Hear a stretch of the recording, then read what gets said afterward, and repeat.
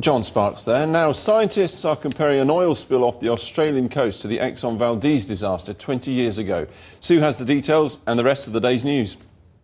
Yes, millions of litres of oil are leaking from a damaged rig into the Timor Sea, an area that's home to dolphins, humpback whales and turtles. Scientists have only just visited the area are warning of a massive environmental disaster. It has been 63 days since an explosion on the West Atlas rig ruptured a well in the remote Montara oil field. In the ocean halfway between Australia and Indonesia, it has spewed oil into the sea ever since. 3 attempts to plug the leaking well with mud have failed.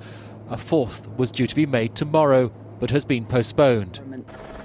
The Timor Sea is rich in marine life, whales and dolphins, birds and turtles.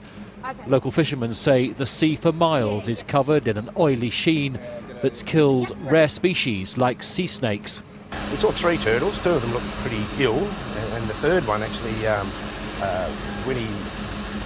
we came alongside him, and when he was floating there, he actually did a poo, and that poo actually smelt like the dispersant, so I think that he had ingested some of that dispersant or oil or both. The leaking well is some 250 kilometres off the Australian coast in the Timor Sea. The rig's owners and the Australian government say some 400 barrels of oil a day is spilling into the sea.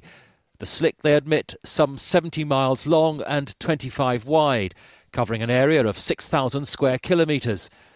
But the latest satellite images suggest it's much bigger, between 10 to 25,000 square kilometres. 3 weeks ago, a team from the environmental group WWF sailed through the slick. They recorded hundreds of birds and animals. Their report published today concluding the rich marine life is seriously threatened. Dolphins, emaciated and starving, unable to feed in the toxic waters.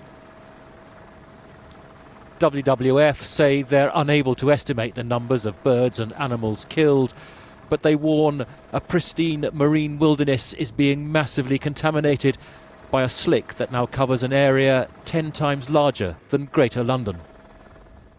The United States government has not accepted Sri Lankan claims that a video broadcast by Channel 4 News apparently showing Sri Lankan soldiers executing Tamils is a fake.